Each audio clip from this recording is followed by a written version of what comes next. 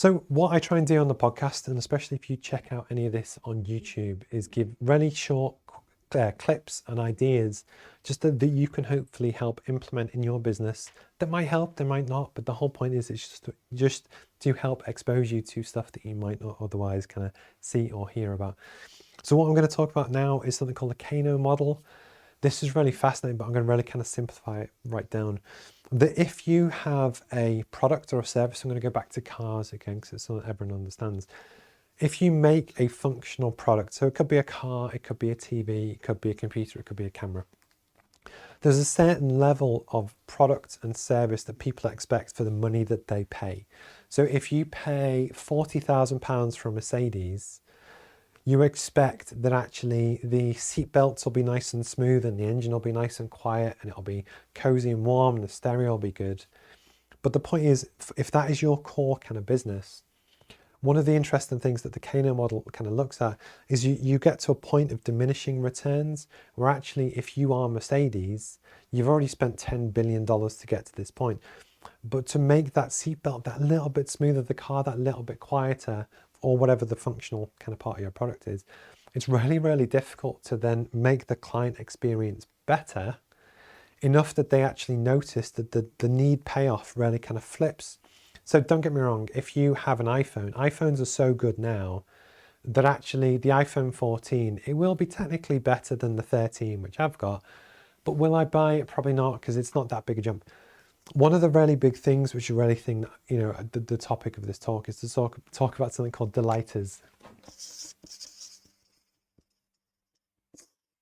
So what we're really looking to do is that whenever you sell a product or service or whatever your kind of company does, there are things that people expect and there are things that people don't expect. And what we're looking at is this is all about how you make people feel. So expected things. So again, going back to the Mercedes example, people expect it to be smooth, good on fuel economy, quiet, etc.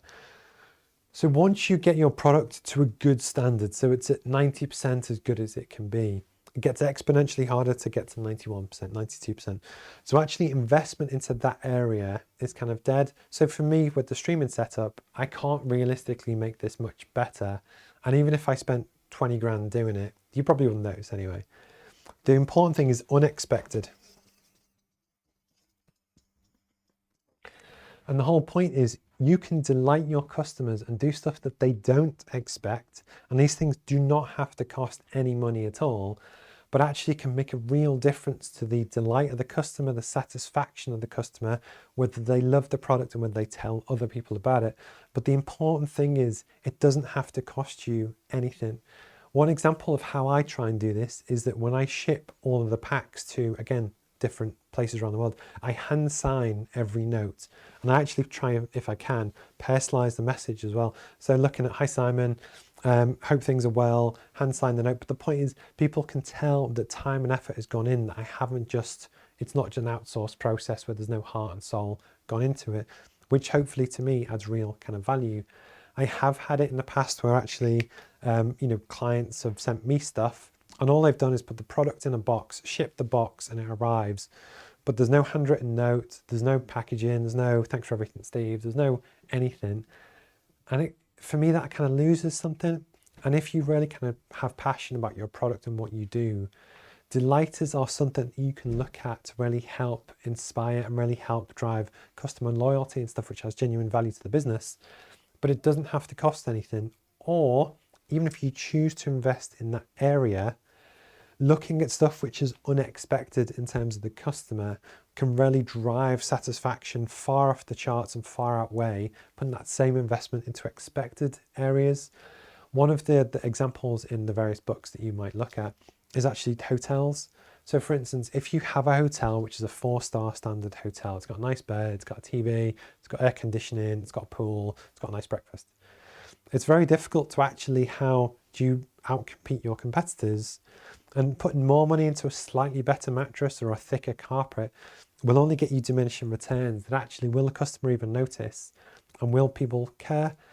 If you think about the Kano model and think about delighters, where this then goes is when we went to Mexico and you got a little fruit basket. Oh, I thought that was a bit tacky. But actually a A hand sign note says, "Hi Steve, enjoy your stay, management team." Something that shows that someone's made that tiny bit of effort that isn't just standard and it's personalized, goes a huge, long way. That actually, no matter what your business is or what you do, these things really kind of count.